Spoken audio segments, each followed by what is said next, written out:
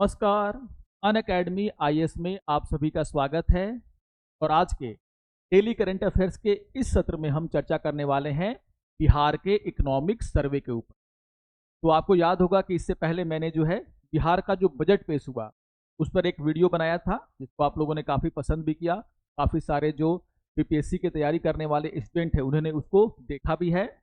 अगर आपने अभी तक उस वीडियो को नहीं देखा है तो आप जा करके आज के आज ही उस वीडियो को देख लेंगे, जिसमें कि बिहार का जो बजट है उसमें जो इम्पोर्टेंट बातें हैं वो मैंने वहां पर बताने का काम किया है। आप लोग की डिमांड पर ही ये वीडियो मैं बना रहा हूं, क्योंकि बहुत सारे स्टूडेंट ये कह रहे थे कि सर जो इकोनॉमिक सर्वे है बिहार का उस पर भी हमें एक वीडियो चाहिए। तो आज मैं जो बिहार का इकोनॉमिक सर्वे जो कि बजट से पहले पेश होता है उस पर हम लोग क्या करेंगे, डिस्कशन में करने वाला हूं। और यहाँ पर आपको ध्यान में रखना है कि जो इकोनॉमिक सर्वे होता है वो एक्चुअली में काफ़ी इंपॉर्टेंट होता है, क्योंकि जो इकोनॉमिक सर्वे है वो किसी स्टेट के जितने भी उसके सेक्टर हैं, जैसे एग्रीकल्चर है, चाहे मैन्युफैक्चरिंग है, या फिर जो सर्विस सेक्टर है, उसके बारे में जो उसका रियल पिक्चर है उसको बताने का काम करता है। किस तरीके से स्टेट में ग्रोथ हो रहा है वो बताने का काम करता है। तो आप देखोगे जो इकोनॉमिक सर्वे है वो पूरी तरीके से जो इकोनॉमिक कंडीशन है किसी भी स्टेट की उसको बताने का काम करता है। तो जो भी स्टूडेंट बीपीएससी की तैयारी कर रहे हैं उनके लिए इकोनॉमिक सर्वे का जो रिपोर्ट है और उसके जो इम्पोर्टेंट बातें हैं वो काफ़ी इंपॉर्टेंट है। तो बहुत ही ध्यानपूर्वक आप क्या करेंगे, इस वीडियो को देखेंगे। तो आइए शुरू करते हैं आज के सत्र को। और जैसा कि मैंने कहा कि 2024-25 का जो आर्थिक सर्वेक्षण है बिहार का, उसको जो है उप मुख्यमंत्री जो कि वित्त मंत्री भी हैं बिहार के, उनके द्वारा क्या किया गया, पेश किया गया। और हम लोग देखने वाले हैं कि कौन कौन सी बहुत ही इंपॉर्टेंट बातें कही गई हैं जो हमारे एग्जाम पॉइंट ऑफ व्यू से भी क्या है, काफ़ी इंपॉर्टेंट। अगर आप देखोगे जो इकोनॉमिक सर्वे है बिहार का वो साफ साफ ये कहता है, अगर हम स्टेट इकोनॉमी की बात करें तो जो स्टेट इकोनॉमी का साइज है वो पिछले 10 वर्षों में क्या हुआ है, इंक्रीज हुआ है। जैसे यहाँ पर एक डेटा दिया गया और कहा जा रहा है कि 2011-12 की तुलना में, यानी कि वित्त वर्ष 2011-12 की तुलना में अगर हम अभी देखें, यानी कि वित्त वर्ष 23-24 की यहाँ पर बात हो रही है, अगर हम देखें तो जो बिहार की इकोनॉमी है, आप देखोगे 3.5 टाइम्स क्या हो चुकी है, इंक्रीज हो चुकी है। तो क्या कहा जा रहा है कि the size of the state economy at the current price, मतलब करेंट प्राइस के हिसाब से अगर देखा जाए, अगर हम कंपेयर करें तो 2011-12 जो कि बेस ईयर माना जाता है, आप सभी जानते हैं जब हम जीडीपी को कंपेयर करते हैं, निकालते हैं, तो एक बेस ईयर लेते हैं और वो बेस ईयर क्या है, 2011-12। यानी कि 2011-12 में आप देखोगे बिहार की जो जीडीपी का आकार था वो कितना था, ₹2.47 लाख करोड़, ठीक है ना। और अभी अगर आप देखोगे तो 23-24 में इसका जो आकार है वो बढ़कर कितना हो गया है, 8.45 लाख करोड़। तो ये अप्रोक्सीमेट क्या है, फिगर है। तो ये कह रहा है कि इतने वर्षों में, यानी कि 11-12 से अगर हम कंपेयर करें 23-24 का जो बिहार का इकोनॉमी है, तो यहाँ पर देखने को मिलेगा कि वो इकोनॉमी जो है 3.5 टाइम्स क्या हो चुकी है, इंक्रीज हो चुकी है। तो ये डेटा आपको याद रखना है कि 11-12 में अगर हम देखें तो जो बिहार की जो जीडीपी था, या फिर हम कह सकते हैं इकोनॉमी था, वो कितना था, 2.47 लाख करोड़ का, और अब कितना हो गया है, 8.54 लाख करोड़ का। यानी कि 3.5 गुना की इसमें क्या हुई है, बढ़ोतरी हुई है। अगर आपको एग्जैक्ट डेटा चाहिए तो एग्जैक्ट डेटा भी यहाँ पर दिया हुआ है, 8,51,429 है ना, करोड़। तो यहाँ पर आप अप्रोक्सीमेटली इसको क्या बोल सकते हैं, 8.54 लाख करोड़। तो एक चीज तो क्लियर है कि इन 10 वर्षों में कह सकते हैं, या फिर 11-12 से लेकर के 23-24 का जो कालखंड है उसमें आप कह सकते हैं कि बिहार की इकोनॉमी क्या हुई है, इंक्रीज हुई है। ये जो है साफ साफ यहाँ पर इकोनॉमी सर्वे इंडिकेट कर रहा है। इसके अलावा अगर हम बिहार के जीडीपी की बात करें, बहुत इंपॉर्टेंट है ये, अगर हम बिहार के जीडीपी की बात करें, इकोनॉमी की बात करें, तो आप सभी जानते हैं कि हमारी जो इकोनॉमी है उसमें 3 sector, primary sector, secondary sector और टर्सरी सेक्टर। इकोनॉमी सर्वे ये कह रहा है कि बिहार की जो जीडीपी है उसमें जो टर्सरी सेक्टर है, यानी कि जो सर्विस जिसमें आती हैं क्या, सेवाएं यानी कि सर्विसेज, उसका योगदान सबसे ज्यादा। बहुत ही इंपॉर्टेंट हो जाता है ये बात। अगर हमें किसी भी स्टेट की इकोनॉमी को समझना है तो आप उसके इकोनॉमिक सर्वे को क्या कीजिए, पढ़ लीजिए। और जितने भी बिहार में बीपीएससी को देने वाले स्टूडेंट हैं इस बात को जरूर नोट डाउन करेंगे कि अगर हम बिहार के जीडीपी की बात करें तो बिहार के जीडीपी में जो टर्सरी सेक्टर है यानी कि जो सर्विसेज हैं उसका जो योगदान है वो सबसे ज़्यादा है। तो बिहार की इकोनॉमी में अगर आप देखोगे तो कहा जा रहा है कि जो जीडीपी है उसमें 58.6% अकेले इसका योगदान है, तो टर्सरी सेक्टर का यानी कि सर्विसेज का। तो टर्सरी यानी कि services sector remains the primary driver of state economy. Okay, तो यहां पर आपको ध्यान में रखना है। अगर हम बात करें इसके बाद कौन सा सेक्टर आता है, तो इसके बाद है आपका सेकेंडरी सेक्टर, यानी कि जो मैन्युफैक्चरिंग है, कंस्ट्रक्शन है, ये सब चीजें कहाँ आती हैं, सेकेंडरी सेक्टर में आती हैं। और इसका जो योगदान है जीडीपी में वो कितना है, 21.5%। और अंतिम में आता है आपका कौन, प्राइमरी सेक्टर। देखिए लोग समझते हैं क्या, बिहार एक क्या है, कृषि प्रधान राज्य है, एग्रीकल्चर, यहाँ पर एग्रीकल्चर एंड एलाइड एक्टिविटी बहुत ज़्यादा होता होगा। लेकिन अगर आप देखोगे इकोनॉमी में एग्रीकल्चर एंड एलाइड एक्टिविटी जो कि किस में आते हैं, प्राइमरी सेक्टर में आते हैं, उनका जो योगदान है जीडीपी में मात्र कितना है, 19.9%। 0.9%। तो ये बिहार की जो स्टेट की इकोनॉमी है उसके बारे में साफ साफ बता रहा है कि बिहार की जीडीपी में, बिहार की इकोनॉमी में सबसे बड़ा योगदान किसका है, तो टर्सरी सेक्टर का है, सर्विसेज का है। अकेले जो है वो कितना है, 58.6%। देन आफ्टर आपका सेकेंडरी सेक्टर वो कितना है, 21.5%। एंड थर्ड में आपका क्या आता है, प्राइमरी सेक्टर, जिसमें क्या हमारा शामिल है क्या, एग्रीकल्चर एंड अलाइड एक्टिविटी, वो कितना है, 19.9%। मोस्ट इंपॉर्टेंट डेटा, इसको आप लोग जरूर क्या करेंगे, अपने ध्यान में रखेंगे। ओके, अगर हम लोग आगे बढ़ते हैं तो आप क्या कहा जा रहा है कि अगर हम देखें बिहार के, अगर हम इकोनॉमिक ग्रोथ की बात करें, यहाँ पर सरकार के द्वारा ये दावा किया गया है इकोनॉमिक सर्वे में कि बिहार ने जो है, आप देखोगे और ट्रांसपोर्ट एंड कम्युनिकेशन सेक्टर में, कौन सा sector, transport and communication sector. और बिहार सरकार का ये कहना है अपने इकोनॉमिक सर्वे में 2011 से लेकर के 2024 के बीच में, 2024 के बीच में पूरे देश में जो भी अगर मेजर स्टेट है, बड़े स्टेट हैं, अगर हम उनको कंपेयर करें तो बिहार ने जो है ट्रांसपोर्ट एंड कम्युनिकेशन सेक्टर में उत्तर प्रदेश और कर्नाटक के बाद सबसे ज्यादा क्या किया है, ग्रोथ किया है। ये भी बहुत ही इंपॉर्टेंट डेटा है जो कि यहाँ पर क्लेम कर रही है कौन, बिहार की सरकार। क्या कहा जा रहा है कि ट्रांसपोर्ट और कम्युनिकेशन सेक्टर में 2011 से लेकर के 2024 के बीच में अगर सबसे ज्यादा ग्रोथ इस डिकेड में कहीं देखा गया तो कहाँ देखा गया, उत्तर प्रदेश में। जहाँ पर ट्रांसपोर्ट एंड कम्युनिकेशन सेक्टर में जो ग्रोथ है 11 से 24 के बीच में आप देखोगे 10.1% रिकॉर्ड किया गया है। उसके बाद जो है कौन है, कर्नाटका है, जहां पर ये जो ग्रोथ रेट है वो कितना रिकॉर्ड किया गया है, 7.7%। और तीसरे पोजीशन पर कौन है, हमारा बिहार, जिसने थर्ड हाईएस्ट ग्रोथ रेट क्या किया है, अचीव किया है, किसमें, ट्रांसपोर्ट एंड कम्युनिकेशन सेक्टर में। और वो ग्रोथ रेट है 7.6%, 7.6%। यानी कि आप देखोगे कर्नाटका के लगभग बिहार ने क्या किया है, इन 2011 से 2024 के बीच में, यानी कि 12-13 वर्षों में हमने क्या किया है, 7.6% की दर से ट्रांसपोर्ट एंड कम्युनिकेशन में ग्रोथ रजिस्टर किया है। तो ये भी बहुत ही इंपॉर्टेंट डेटा है जिसको कि आप क्या करेंगे, जरूर नोट डाउन करेंगे। तो उत्तर प्रदेश और कर्नाटका के बाद बिहार जो है तीसरे पोजीशन पे है इन मेजर स्टेट, जिसने क्या किया है, ट्रांसपोर्ट एंड कम्युनिकेशन में 2011 से 24 के दौरान सबसे ज्यादा यानी कि हाईएस्ट ग्रोथ रेट को अचीव किया है। तो बहुत ही इंपॉर्टेंट यहाँ पर एक डेटा इस सर्वे से निकल करके आ। इसके अलावा अगर आप देखोगे कि अगर हम बजट की बात करें तो इकोनॉमिक सर्वे, जैसा कि मैंने कहा, कि पूरा एक पिक्चर प्रोवाइड कराता है कि स्टेट की इकोनॉमी का हाल क्या है, ह्यूमन जो डेवलपमेंट इंडेक्स है उसका हाल क्या है, ठीक है ना।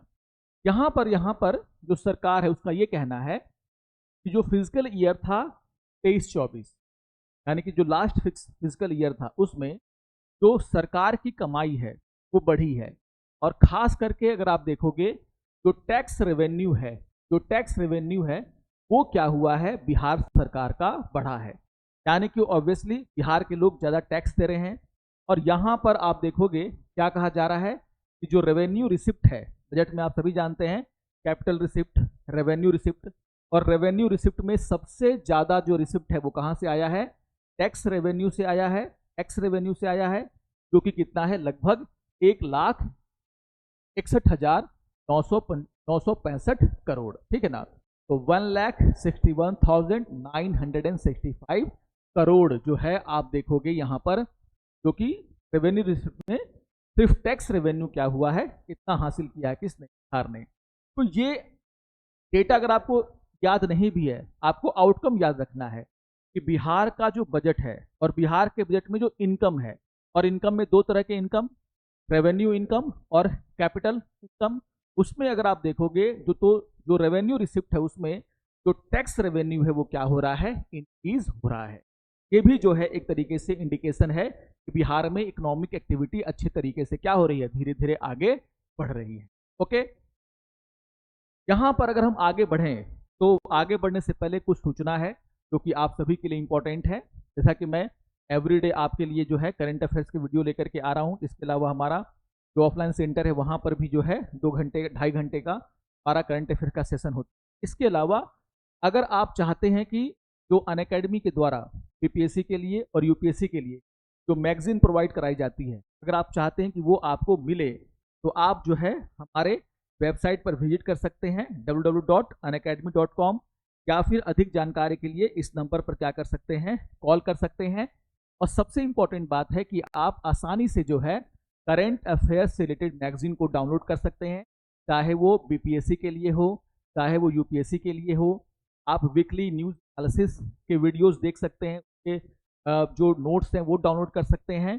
तो इतने जो है आप आसानी से जो है हमारे वेबसाइट पर विजिट करके इन सभी चीज़ों को क्या कर सकते हैं, रेफर कर सकते हैं, इसका लाभ उठा सकते हैं। तो बस आपको जाना है www.unacademy.com पर और वहां से आप इन सभी को प्राप्त कर सकते हैं। इसके अलावा एक और सूचना है पटना सेंटर को लेकर के, जो बीपीएससी की तैयारी कर रहे हैं उनको लेकर के। हमारा जो है न्यू बैच जो कि यूपीएससी और बीपीएससी दोनों के लिए है, उसके लिए आप देखोगे कि 22 मार्च से जो है वो क्या हो रहा है, स्टार्ट हो रहा है। तो अगर आप इस बैच को ज्वाइन करना चाहते हैं, इससे रिलेटेड कोई भी आपको जानकारी है तो आप ले सकते हैं पटना सेंटर पर आकर के। तो ये बात आपको ध्यान में रखें। तो अगर आप यूपीएससी की तैयारी कर रहे हैं और आप बिहार में हैं, बीपीएससी की तैयारी कर रहे हैं और बिहार में हैं, पटना में हैं, तो आप हमारे सेंटर को विजिट करके यहाँ पर ये सारी जानकारी ले सकते हैं। ओके, आगे बढ़ते हैं। अब जो हमारा टॉपिक है अगर हम उसकी बात करें तो मैंने क्या कहा था कि जो हमारा इकोनॉमिक सर्वे है, अगर बिहार के अगर हम इकोनॉमिक सर्वे की बात करें तो हर सेक्टर में बिहार किस तरीके से आगे बढ़ रहा है इसकी जानकारी हमें इकोनॉमिक सर्वे से मिल जाती है। अगर हम एग्रीकल्चर एंड अलाइड एक्टिविटी में बिहार ने क्या ग्रोथ किया है, अगर हम उसकी बात करें तो इससे रिलेटेड डेटा भी जो है इकोनॉमिक सर्वे में आया हुआ है, जो कि बेटर इंडिकेशन यहाँ पर दे रहा है। अब यहाँ पर यह कहा जा रहा है कि अगर हम बिहार की बात करते हैं तो बिहार में जो खरीफ का सीजन होता है उसमें राइस की खेती सबसे ज़्यादा होती है, आप सभी को पता है। तो खरीफ में जो खरीफ का सीजन होता है उसमें राइस की खेती, और जो रबी का सीजन होता है उसमें आप देखोगे बिहार में जो वीट यानी कि गेहूं का उत्पादन जो है सबसे ज़्यादा होता है। यहाँ पर ये साफ साफ कहा जा रहा है कि अगर हम देखें फसल चक्र की बात हो रही, क्रॉप साइकिल की बात हो रही है, और यहाँ पर साफ साफ कहा जा रहा है जो खरीफ की क्रॉप साइकिल है उसमें आप देखोगे राइस का उत्पादन ज़्यादातर किसान करते हैं, और रबी का जब क्रॉप साइकिल आता है तो उसमें आप देखोगे यहाँ पर वीट का जो है खेती ज़्यादा होता है। तो क्या कहा जा रहा है, rice in kharif and wheat rabi constitute a primary crop cycle in Bihar. ये तो बात हमें समझ में आ गई कि हमारे जो किसान हैं, बिहार के जो किसान हैं, वो खरीफ सीजन में राइस और रबी सीजन में जो है वीट का ज़्यादातर उत्पादन करते हैं। कितना उत्पादन होता है, उसमें कितनी वृद्धि हुई है, इसको लेकर के डेटा क्लियरिटी प्रदान कर रहा है। क्या कह रहा है कि 2022-23 और 2023-24 का जो फाइनेंशियल ईयर है, यानी कि लास्ट 2 फाइनेंशियल ईयर की बात की जाए, बिटवीन 22-23 एंड 23-24 के बीच में अगर आप देखोगे तो वीट राइस एंड वीट का जो प्रोडक्शन है वो क्या हुआ है, इंक्रीज हुआ है। और कितना इंक्रीज हुआ है, 21% एंड 10.7% रिस्पेक्टिवली। यानी कि अगर हम राइस की बात करें तो राइस में जो इंक्रीमेंट है वो कितना है, 21% का। और अगर हम वीट में इंक्रीमेंट की बात करें तो वो कितना है आपका, 10.7%। तो साफ साफ कहा जा रहा है इन बिटवीन फाइनेंशियल ईयर 22-23 और वित्त वर्ष 23-24 के बीच में अगर आप देखोगे, एक साल के बीच अगर आप देखोगे तो 21% राइस की खेती में इंक्रीमेंट हुआ है और वीट की खेती में 10.7% का हुआ है, इंक्रीमेंट हुआ है। वेरी इंपॉर्टेंट डेटा जो कि बिहार के एग्रीकल्चर के बारे में क्या कर रहा है, आपको जानकारी दे रहा है। इसके अलावा यहाँ पर यह बात कही गई है कि अगर आप देखोगे तो 2020-21 इन बिटवीन है ना, 2020-21 से लेकर के 22-23 के बीच में अगर आप देखोगे जो मेज है यानी कि जो मक्के की खेती है उसमें भी इंक्रीमेंट हुआ है और ये बहुत ही अच्छा इंक्रीमेंट है। क्या कहा जा रहा है कि 66.6% का क्या हुआ है, उसके उत्पादन में क्या हुआ है, बढ़ोतरी हुई है। तो आप याद रखिएगा कि किसानी में भी, खेती में भी जो है बिहार में इंक्रीमेंट देखने को मिल रहा है, चाहे वो राइस की खेती हो, चाहे वो वीट की खेती हो, चाहे वो मक्के की खेती हो, उसमें तो आप देखोगे 66.6% का क्या है, इंक्रीमेंट यहाँ पर देखने को मिल रहा है इन बिटवीन 2020-21 टू 2023-24। तो ये बहुत ही इंपॉर्टेंट डेटा है जिसको आपको ध्यान में रखना है। सारा नोट मैंने दे दिया है, पीडीएफ डाउनलोड करके आपको अपने पास रख लेना है। जो पीडीएफ का लिंक है वो डिस्क्रिप्शन बॉक्स में दिया रहता है, ठीक है ना।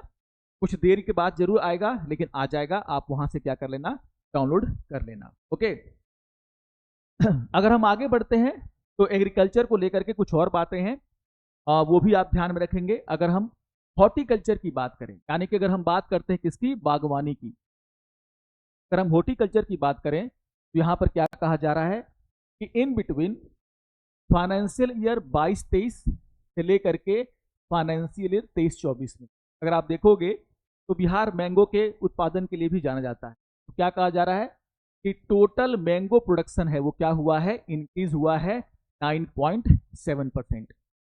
ओवरऑल हम कह सकते हैं कि खेती किसानी में जो एग्रीकल्चर एंड अलाइड एक्टिविटी है उसमें भी बिहार में ग्रोथ देखने को मिल रहा है। तो मैंगो का प्रोडक्शन में क्या हुआ है, इंक्रीमेंट हुआ है, वो बढ़ा है। और लगभग कितना बढ़ा है, तो 10% के आसपास आप देखोगे मैंगो का प्रोडक्शन पिछले कुछ वर्षों में इंक्रीमेंट उसमें देखने को मिला है, बढ़ा है। यहाँ पर आप सभी जानते हैं लीची के उत्पादन के लिए बिहार काफी फेमस है। और यहाँ पर यह कहा जा रहा है कि एरिया अंडर लीची, यानी कि जितने एरिया में लीची का हम लोग क्या करते हैं, खेती करते हैं, वो भी कंटिन्यूअसली क्या हो रहा है, एक्सपेंड कर रहा है। कंटिन्यूअसली क्या कर रहा है, एक्सपेंड कर रहा है। और इसको डेटा यहाँ पर ये कहा जा रहा है कि अगर आप देखोगे तो 22-23 से अगर हम करें, कंपेयर करें 23-24, यानी कि 1 ईयर में ही अगर हम कंपेयर करके देखते हैं तो यहाँ पर ये कहा जा रहा है कि जो एरिया, इस जितने एरिया में लीची का क्या हुआ, जो खेती हुआ उसमें 6% की क्या है, बढ़ोतरी देखने को मिली। यानी कि अगर हम गेहूं की बात करें, मक्के की बात करें, चावल की बात करें, मैंगो की बात करें, लीची की बात करें, जिसके लिए बिहार फेमस है, सभी में आपको देखने को मिलेगा कि पिछले कुछ वर्षों में तेजी दे हुई है, इंक्रीमेंट हुआ है, बढ़ोतरी हुआ है इन सभी के उत्पादन में। तो जैसा कि मैंने कहा, इकोनॉमिक सर्वे बहुत ही इंपॉर्टेंट है क्योंकि ये आपके स्टेट का जो हर सेक्टर है उसमें क्या हो रहा है उसके बारे में एक पिक्चर जो है प्रदान करता है, प्रोवाइड कराता है। यानी कि एग्रीकल्चर एंड एलाइड एक्टिविटी में बिहार में आपको पिछले कुछ वर्षों में इंक्रीमेंट देखने को मिलेगा, बढ़ोतरी देखने को मिलेगी। ये सभी डेटा को आपको क्या कर लेना है, हिंदी और इंग्लिश जो भी माध्यम के आप स्टूडेंट हैं उसमें आप क्या कर लीजिएगा, लीजिएगा। अगर हम आगे बढ़ते हैं, यहाँ पर क्या कहा जा रहा है, अच्छा हाँ, आप देखोगे लीची के बारे में मैंने क्या कहा कि जितने एरिया में लीची की खेती हो रही है उसमें 6% का इंक्रीमेंट हुआ है। और अगर हम प्रोडक्शन की बात करें तो जो प्रोडक्शन है लीची का बिहार में, वो जो है 11.7% क्या हुआ है, इंक्रीज हुआ है। तो यहाँ पर भी आप देखोगे प्रोडक्शन में क्या है, इंक्रीज देखने को मिल रही है। तो ये तो था एग्रीकल्चर एंड अलाइड एक्टिविटी की बात। अगर हम आगे बढ़ते हैं, यानी कि अगर हम मैन्युफैक्चरिंग की बात कर लेते हैं, अगर बिहार में जो अदर सेक्टर हैं उनकी बात कर लेते हैं, तो उसको लेकर के इकोनॉमिक सर्वे क्या कहता है, ये भी आप ध्यान में रखें। तो कंस्ट्रक्शन एक्टिविटी की अगर हम बात करें, तो यहाँ पर आप देखोगे कहा जा रहा है कि जो कंस्ट्रक्शन एक्टिविटी है उसमें भी बिहार में जो है इंक्रीमेंट देखने को मिल रहा है। यानी कि जो सड़कों का निर्माण है, पुल का निर्माण है, बांध का निर्माण है, इसमें आप देखोगे इंक्रीमेंट देखने को मिल रहा है कंस्ट्रक्शन एक्टिविटी में। और क्या कहा जा रहा है कि 22% जो आपका कंस्ट्रक्शन एक्टिविटी है उसमें इंक्रीमेंट देखने को मिला है ड्यूरिंग 2021-22 टू 2022-23, यानी कि एक साल के ही वित्त वर्ष 21-22। और अगर हम कंपेयर करें वित्त वर्ष 22-23 को, तो यहाँ पर आप देखोगे कि 22% का 22% का जो है कंस्ट्रक्शन एक्टिविटी में आपको इंक्रीमेंट देखने को मिल रहा है। और क्या कहा जा रहा है, हमने देखा था ना कि जो आपका सेकेंडरी सेक्टर है, मैन्युफैक्चरिंग है, कंस्ट्रक्शन है, ये सब चीज़ें, सेकेंडरी सेक्टर जो है बिहार की इकोनॉमी में सेकेंड पोजीशन पर है। उसमें अगर हम बात करें मैन्युफैक्चरिंग सेकेंडरी सेक्टर की बात करें, तो आप देखोगे जो कंस्ट्रक्शन एक्टिविटी है, अगर हम सेकेंडरी सेक्टर में बात करें तो जो कंस्ट्रक्शन एक्टिविटी है वो सेकेंडरी सेक्टर में सबसे ज़्यादा योगदान दे रहा है। बात मेरी समझ में आ रही है? मैंने क्या कहा, सेकेंडरी सेक्टर पूरे जीडीपी में अगर आप देखोगे तो टर्सरी क्या है, सबसे नंबर 1 है लगभग 58। तो आप देखोगे जो सेकेंडरी है सेक्टर है वो क्या था, सेकेंड पोजीशन पर, और जो प्राइमरी सेक्टर था वो क्या था, आपका सबसे लास्ट पोजीशन। लेकिन मैं कह रहा हूं कि जो सेकेंडरी सेक्टर है उसमें अगर हम बात करें तो मैन्युफैक्चरिंग से ऊपर कौन है, कंस्ट्रक्शन एक्टिविटी। तो बिहार में जो कंस्ट्रक्शन एक्टिविटी है वो काफी तेजी से क्या हुआ है, ग्रो किया है। और कहा जा रहा है जो सेकेंडरी सेक्टर है उसमें जो इसका कंट्रीब्यूशन, वो कंट्रीब्यूशन सबसे ज्यादा है। और अकेले सेकेंडरी सेक्टर में 50% का जो योगदान है, कंट्रीब्यूशन है, वो किसका है, अकेले कंस्ट्रक्शन एक्टिविटी का है। और उसके बाद आता है किसका स्थान, मैन्युफैक्चरिंग एक्टिविटी। तो आप देख सकते हो कि जो मैन्युफैक्चरिंग सेक्टर है ना, वो जो है सेकेंडरी सेक्टर में मात्र 37% का क्या रखता है, योगदान रख रहा है। लेकिन इससे बड़ा योगदान कौन रख रहा है, कंस्ट्रक्शन एक्टिविटी, जो कि अकेले जो है 50.2% के आसपास है। यानी कि सेकेंडरी सेक्टर जो कि दूसरे पोजीशन पर है जीडीपी में, उसमें अगर आप देखोगे कि कंस्ट्रक्शन एक्टिविटी का जो योगदान है वो सबसे ज्यादा है। देन आफ्टर कौन है, आपका मैन्युफैक्चरिंग सेक्टर। तो ये डेटा जो है बहुत ही इंपॉर्टेंट है। सेकेंडरी सेक्टर के अंदर मैन्युफैक्चरिंग सेक्टर सेकेंड पोजीशन पर है और कंस्ट्रक्शन जो एक्टिविटी है वो क्या है, फर्स्ट पोजीशन पर। ये बात आप लोग बहुत ही इंपॉर्टेंट तरीके से क्या करेंगे, नोट डाउन करेंगे। ये बताता है कि बिहार में जो कंस्ट्रक्शन एक्टिविटी है वो बहुत ही तेजी से क्या हुए हैं, आगे बढ़े हैं, और उनकी इकोनॉमी में इनका रोल भी क्या है, काफी इंपॉर्टेंट हो चुका है। ओके, अगर हम आगे बढ़ते हैं तो यहां पर अगर हम इंडस्ट्रियल ग्रोथ की बात करें, अगर हम इंडस्ट्रियल ग्रोथ की बात करते हैं तो इसको लेकर के भी डेटा जो है क्लियरिटी प्रदान करता है। और बिहार सरकार ने जो इकोनॉमिक सर्वे यहाँ पर रिलीज किया है उसमें क्या कहा है कि जो स्टेट इन्वेस्टमेंट प्रमोशन बोर्ड है ना, यानी कि बिहार सरकार का जो स्टेट इन्वेस्टमेंट प्रमोशन बोर्ड, इसका काम क्या होता है, इसका काम होता है बिहार में इन्वेस्टमेंट को क्या करना, बढ़ावा देना, है ना, ऐसे माहौल बनाना जिससे कि इन्वेस्टमेंट बिहार में आए।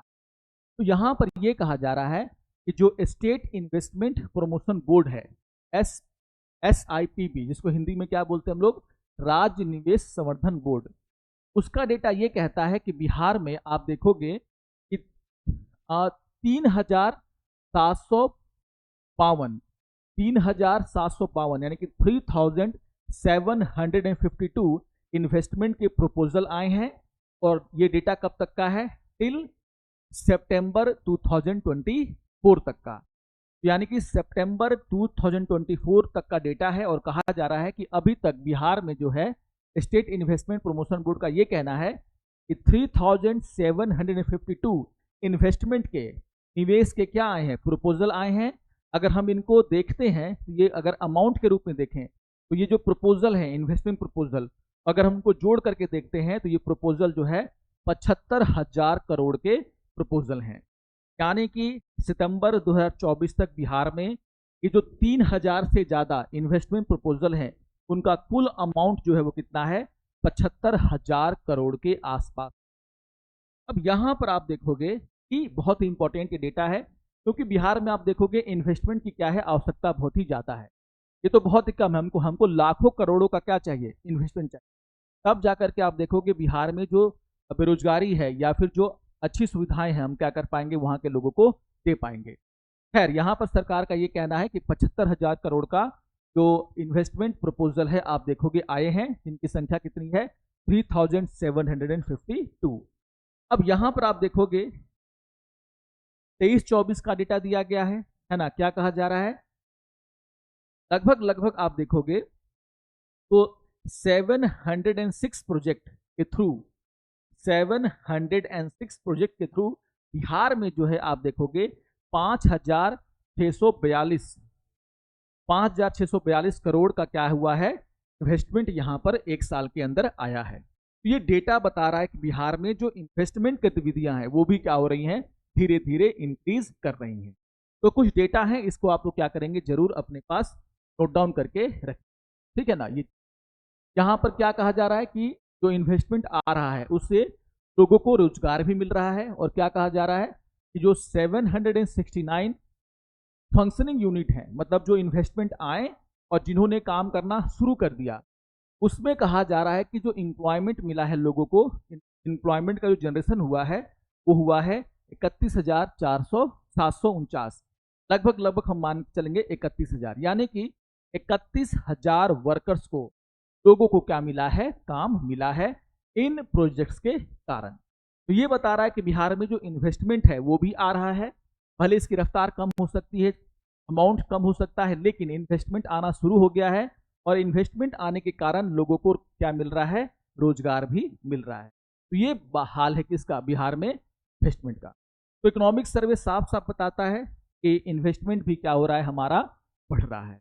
अब यहाँ पर एक डेटा जो है इसको क्लियर करता है, क्या कहा जा रहा है कि टोटल इन्वेस्टमेंट इन इंडस्ट्रीज, है ना, बिहार में जो इंडस्ट्री में टोटल इन्वेस्टमेंट है, total investment in industry increase by 3.5 times between 2022-23 and 2024-25, यानी कि फाइनेंशियल ईयर 22-23 से अगर हम कंपेयर करते हैं फाइनेंशियल ईयर 24-25, तो इस बीच में आप देखोगे कि जो इन्वेस्टमेंट है, टोटल इन्वेस्टमेंट है, उसमें 3.5 टाइम्स वो जो है बढ़ चुका है। उसमें क्या हुआ है, 3.5% की क्या आई है, बढ़ोतरी आई।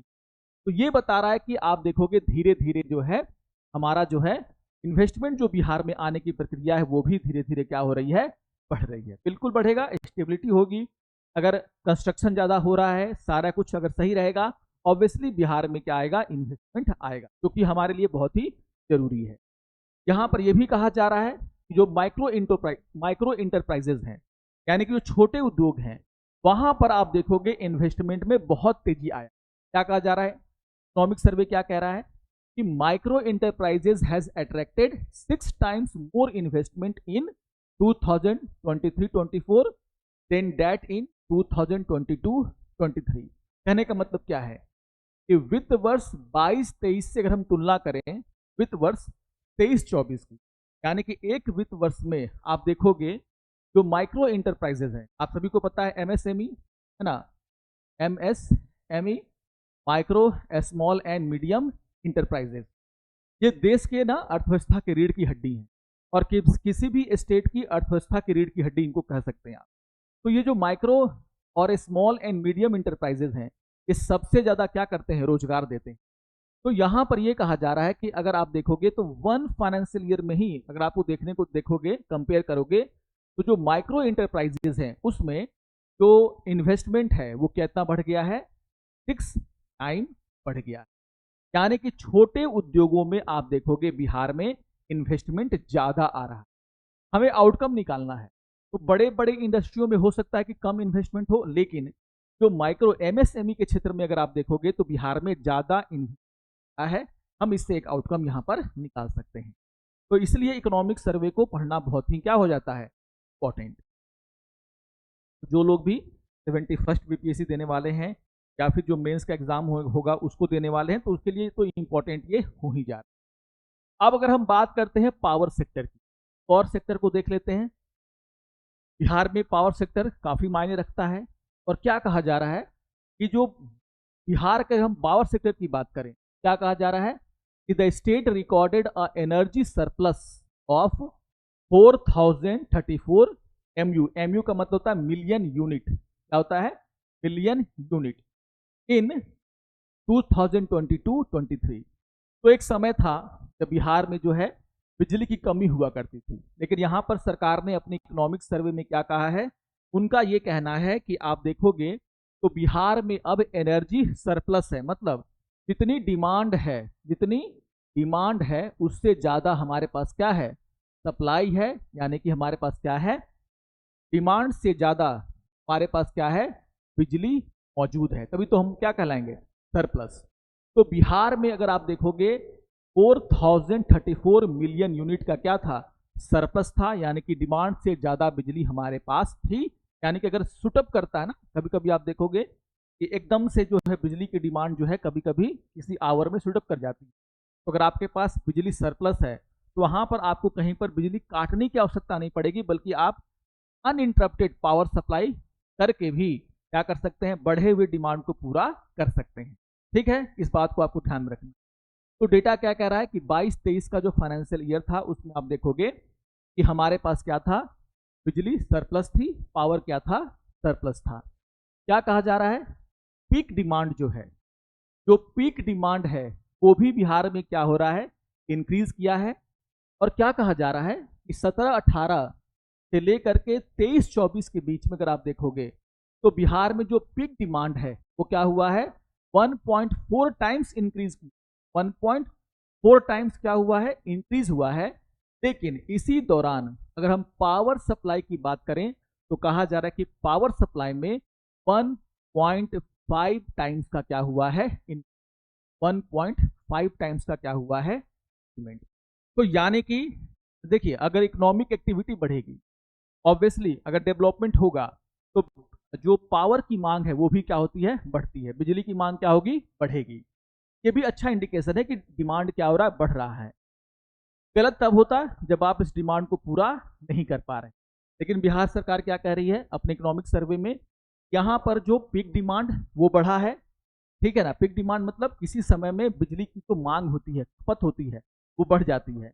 तो वो बढ़ा है 1.4 टाइम्स। लेकिन इसी दौरान 17 से 23-24 के दौरान अगर आप देखोगे तो बिहार में जो पावर का सप्लाई है वो 1.5 टाइम्स बढ़ा है। अभी भी 0.1% यहाँ पर क्या है, ज़्यादा है। और इसलिए आप देखोगे एनर्जी क्या है, बिहार के पास सरप्लस है। तो ये पावर सेक्टर का हाल बता रहा है किसका, बिहार का। तो इकोनॉमिक सर्वे हर सेक्टर को लेकर के कुछ ना कुछ पॉजिटिव इंडिकेशन जो है आप देखोगे दे रहा है। इसके अलावा अगर हम बात करते हैं तो हमने इकोनॉमी की बात की, हमने एग्रीकल्चर सेक्टर की बात की, हमने मैन्युफैक्चरिंग की बात की, हमने पावर सेक्टर की बात की। लेकिन एक बहुत ही इंपॉर्टेंट बात है ह्यूमन डेवलपमेंट सेक्टर। यानी कि जो मानव विकास के क्षेत्र में बिहार में क्या हो रहा है, इसकी जानकारी भी देता है कौन, हमारा इकोनॉमिक सर्वे। तो मानव विकास के क्षेत्र में किस तरीके से आप देखोगे विकास हुआ है, क्या हाल है, ये भी इकोनॉमिक सर्वे हमें बता रहा है। और क्या बताया जा रहा है, अगर आप देखोगे कि जो लाइफ एक्सपेक्टेंसी है ना, जिसको हम लोग हिंदी में क्या बोलते हैं, जीवन प्रत्याशा, यानी कि एक व्यक्ति कितना एवरेज टाइम तक जिंदा रहता है, एज तक जिंदा रहता है, उसके बारे में ये क्या कर रहा है, बात कर रहा है। तो अगर आप देखोगे बिहार में जो लाइफ एक्सपेक्टेंसी है उसके बारे में ये कहा जा रहा है कि उसमें सिग्निफिकेंट चेंजेस देखने को मिला है। और 2006 से 10 के बीच में, और अगर हम कंपेयर करते हैं 2016 से 20 के बीच में, तो आप देखोगे ये जो 2006 से 2010 का जो समय था, उस समय बिहार में जो लाइफ एक्सपेक्टेंसी थी वो कितनी थी, 65.8, यानी कि एक एवरेज बिहार का व्यक्ति जो है अगर आप देखोगे तो 65 ईयर तक क्या होता था, जिंदा रहता था। लेकिन अगर आप देखोगे कि 2016 से 2020 के बीच में ये जो लाइफ एक्सपेक्टेंसी है वो बिहार की बढ़कर कितनी हो गई है, 69.5 ईयर, यानी कि सीधे सीधे अगर आप देखोगे तो 3.7 ईयर का क्या है, 3.7 ईयर का आपको इंक्रीमेंट देखने को मिलता है एक डिकेड में। ये भी काफी हद तक बिहार में जो बदलाव आ रहा है उसको क्या करता है, बताने का काम। तो मानव विकास के अगर लाइफ एक्सपेक्टेंसी बढ़, इसका मतलब क्या है, ऑब्वियसली स्वास्थ्य के क्षेत्र में अच्छा काम हुआ होगा, लोगों को अच्छा इलाज मिल रहा होगा, जो भी साफ सफाई है, बीमारियों से लड़ने की जो आपकी क्षमता है वो क्या हो रही है, बढ़ रही है, यानी कि कुपोषण में कमी आई होगी। तो ये बहुत कुछ के बारे में क्या करता है, इंडिकेशन देता है। ओके, तो आप देखोगे जो भी डेवलप्ड कंट्री है वहां पर आप देखोगे लाइफ एक्सपेक्टेंसी काफी ज्यादा होती है, क्योंकि बीमारियों से लड़ने, अच्छा इलाज है ना, ये सब प्रोवाइड कराती है सरकार, तो वहां पर लाइफ एक्सपेक्टेंसी क्या हो जाती है, बढ़ जाती है। तो बिहार में भी अगर आप देखोगे तो यहाँ पर सरकार का कहना है कि एक डिकेड के दौरान, यानी कि 10 वर्षों के दौरान अगर आप देखोगे तो बिहार में, बिहार के लोगों की जो लाइफ एक्सपेक्टेंसी है उसमें 3.7 ईयर का क्या हुआ है, इंक्रीमेंट हुआ है, जो कि बिहार के मानव विकास को क्या करता है, बताता है। और ये अकेले सिर्फ लाइफ एक्सपेक्टेंसी नहीं है, लाइफ एक्सपेक्टेंसी बढ़ने के पीछे कई सारे कारण होते हैं, उसमें जब तक अब बढ़ोतरी नहीं होगी तब तक किसी भी राज्य का या फिर किसी भी देश का जो नागरिकों की जो लाइफ एक्सपेक्टेंसी है वो बढ़ नहीं सकता। तो आप ध्यान में रखेंगे कि ये बता रहा है किस तरीके से मानव विकास के क्षेत्र में भी बिहार में परिवर्तन देखने को मिल रहा है। ये बहुत ही इंपॉर्टेंट डेटा है, जरूर आप क्या करेंगे, इंपॉर्टेंट डेटा है, याद रखिएगा। तो मैंने सारे जो इंपॉर्टेंट पॉइंट हैं जो इकोनॉमिक सर्वे के हैं, है ना, जो भी अवेलेबल हैं पब्लिकली, वो मैंने क्या किया है, आपको यहाँ पर देने का काम किया है, एग्जाम पॉइंट ऑफ व्यू से बहुत ही इंपॉर्टेंट। अगर हम थोड़ा सा पूरे बिहार की बात करते हैं तो एक चीज यहाँ पर निकल करके सामने आती है, जिसकी चर्चा करना भी जरूरी है। इस इकोनॉमिक सर्वे रिपोर्ट में ये जरूर कहा गया है कि बिहार के हर क्षेत्र में आप देखोगे इंक्रीमेंट देखने को मिल रहा है, विकास देखने को मिल रहा है, लेकिन जो विकास है यानी कि जो ग्रोथ है अगर आप देखोगे वो अनइवन है, वो एक जैसा पूरे बिहार में नहीं है। क्या कहा जा रहा है कि it the report underscore regional economic disparity, regional economic disparity across Bihar district. तो बिहार के हर डिस्ट्रिक्ट में आप देखोगे जो ग्रोथ है वो एक जैसा नहीं हुआ। कैसे, यहां पर आप देख सकते हो क्या कहा जा रहा है कि अगर हम बिहार के डिस्ट्रिक्ट की बात करें तो जो पटना है, जो पटना डिस्ट्रिक्ट है, वो आज भी वहां पर जो रहने वाले लोगों का जो इनकम है वो अदर डिस्ट्रिक्ट से क्या है, ज्यादा बना हुआ। जैसे क्या कहा जा रहा है कि पटना में आप देखोगे कि जो per capita gross district domestic product है, इसको हम इजी कर लेते हैं, इसी को हम लोग बोलते हैं क्या, एवरेज इनकम पर पर्सन, है ना। एक डिस्ट्रिक्ट में रहने वाले लोगों का एवरेज इनकम कितना है ये बताता है कौन, आपका per capita gross district domestic product. Okay, तो यहां पर आप देखोगे कि इस मामले में एवरेज इनकम के मामले में पटना जो डिस्ट्रिक्ट है वो क्या है, सबसे आगे है। यहां पर लोगों की जो आय है, एवरेज आय है, वो कितनी है, 1.21 लाख, यानी कि 1.21 लाख यहाँ पर क्या है, आप देखो प्रति व्यक्ति आय हम कह सकते हैं। तो पटना क्या है, यहाँ पर सबसे आगे है। उसके बाद पटना के बाद किसका नंबर आता है, बेगूसराय का, इसमें जो प्रति व्यक्ति आय है उस डिस्ट्रिक्ट की वो है तो 49,000 के आसपास। और तीसरे नंबर पर कौन है, मुंगेर, जो कि क्या है 46,795। एकदम याद रखिएगा, बहुत इंपॉर्टेंट है, बीपीएससी का एग्जाम देने वाले हैं आप, तो आपको ध्यान में रखना है कि बिहार का कौन सा डिस्ट्रिक्ट जो है, अगर हम इनकम की बात करें, एवरेज इनकम की बात करें, उसमें सबसे आगे है तो पटना। उसके बाद कौन है आपका, बेगूसराय, और आप देखोगे उसके बाद कौन है आपका, मुंगेर। ठीक है, अगर हम बात करते हैं तो सबसे समृद्ध जिला कौन सा है आपका, पटना है। अगर हम बात करते हैं सबसे कम प्रॉस्पेर यानी कि सबसे कम इनकम, तो ऐसा डिस्ट्रिक्ट जहां पर सबसे कम क्या है, एवरेज इनकम है, उसमें आप देखोगे लिस्ट प्रॉस्पेरस डिस्ट्रिक्ट में सबसे इंपॉर्टेंट है आपका कि उसमें जो है लिस्ट में आता है कौन सबसे पहले स्थान पर, शिवहर। अब देखोगे जो शिवहर जिला है बिहार का, उसमें जो है प्रति व्यक्ति जो एवरेज आय है कितनी है, मात्र 19,561 रुपया। तो सबसे पीछे, या फिर आप कह सकते हैं कि वैसे डिस्ट्रिक्ट जहां पर जो समृद्धि सबसे कम है उसमें नंबर 1 पर कौन है, शिवहर। देन आपका कौन है, सीतामढ़ी, जहां पर जो प्रति व्यक्ति आय है उस डिस्ट्रिक्ट में रहने वाले लोगों की वो कितनी है, 21,931 रुपए। और उसके बाद आता है आपका अररिया, तीसरे पोजीशन पर कौन है आपका, अररिया। फर्स्ट में कौन है, शिवहर, इसमें सबसे कम है, दूसरा आपका सीतामढ़ी, और तीसरे नंबर पर कौन आता है, अररिया। तो 22,204 रुपए का प्रति व्यक्ति आय है उस डिस्ट्रिक्ट में रहने वाले लोगों। तो बिहार के सभी जिलों में अगर आप देखोगे समृद्धि के मामले में पटना 1.21 लाख, और अगर आप देखोगे सबसे कम है शिवहर, जहां पर क्या है 19,000 के करीब लोग क्या करते हैं प्रति व्यक्ति आय। तो ये डिस्पैरिटी बता रहा है कहाँ 1 लाख से ऊपर और कहाँ 20,000 से कम। तो कहने का मतलब है ग्रोथ तो हुआ है, लेकिन अभी भी ये साफ साफ बताया जा रहा है कि बिहार के सभी जिलों में आप देखोगे ग्रोथ एक समान नहीं पहुंचा है, और कुछ जिले ऐसे हैं जो अभी भी काफी पिछड़े हैं। वो साफ साफ इकोनॉमिक सर्वे बता रहा है। तो ये जो आउटकम है उसको आपको क्या करना है, जरूर इंपॉर्टेंट तरीके से अपने पास नोट डाउन करके रखना है। ओके, ये कुछ इंपॉर्टेंट बातें हैं जो कि इकोनॉमिक सर्वे से निकल के। इसी तरीके से आप देखोगे यहाँ पर ये भी फ्यूल कंजप्शन है ना, किसी कौन सा जिला में कितना इकोनॉमिक एक्टिविटी है उसके बारे में अगर आपको पता करना है तो आप फ्यूल कंजप्शन से भी पता कर सकते हैं। और यहाँ पर मैं एक डेटा दे दे रहा हूँ, क्या कहा जा रहा है कि अगर हम फ्यूल कंजप्शन की बात करें तो पटना, मुजफ्फरपुर और पूर्णिया, उन्होंने जो है टॉप किया है जहां पर पेट्रोल का सबसे ज्यादा क्या होता है, कंजप्शन होता है। अगर हम सबसे कम कंजप्शन की बात करें, बॉटम की बात करें, तो वो उसमें कौन आता है, लखीसराय, बनका और जहानाबाद। तो थोड़ा सा इसको आप जरूर देख लीजिएगा, क्योंकि अगर आप बीपीएससी का एग्जाम दे रहे हैं ये जानकारी आपके पास होनी। तो पेट्रोल कंजप्शन में पटना आगे है, नंबर 1 है, देन मुजफ्फरपुर और देन कौन है, पूर्णिया।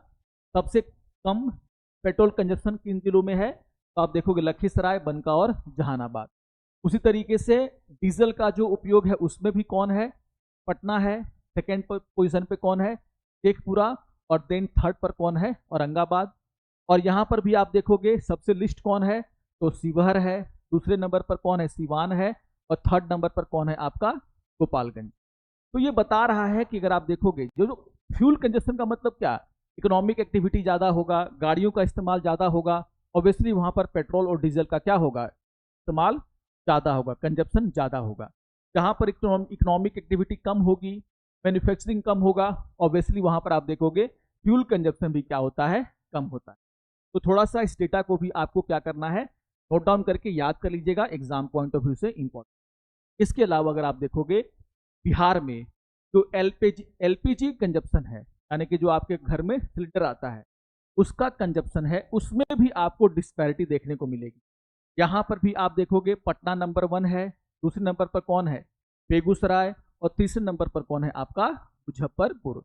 लेकिन अंतिम में आप देखोगे तो अररिया, बनका और किशनगंज जो है क्या है, ठीक है ना, क्या है, जहां पर एलपीजी सिलेंडर का जो है सबसे कम उपयोग होता है, यानी कि वहां के लोग अदर रिसोर्सेज से क्या कर रहे हैं, ज़्यादा यूज कर रहे हैं खाना बनाने की। तो ये एक सोसाइटी के रूप में, और ये साफ साफ बताता है कि जो ग्रोथ है अनइवन है किसमें, बिहार में।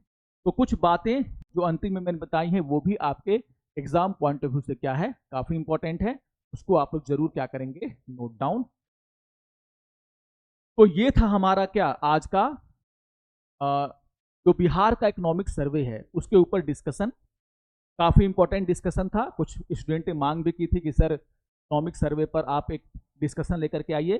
तो सारी इंपॉर्टेंट बातें मैंने वीडियो में बता दी हैं, बस आपको क्या करना है, वीडियो को अच्छी तरीके से लेना है और पीडीएफ को आप लोग डाउनलोड कर लीजिएगा, आपके लिए क्या है, काफ़ी फायदेमंद होगा। और जैसा कि मैंने कहा कि हमारा जो न्यू बैच है वो 22 मार्च से शुरू हो रहा है, तो अगर आप इसको में इंस्टॉल करना चाहते हैं तो आप इसको ज्वाइन कर सकते हैं, इसके बारे में इंक्वायरी। तो मिलते हैं नेक्स्ट वीडियो में कल और कुछ और इंपॉर्टेंट टॉपिक पर डिस्कशन के साथ। तब तक के लिए नमस्कार और धन्यवाद।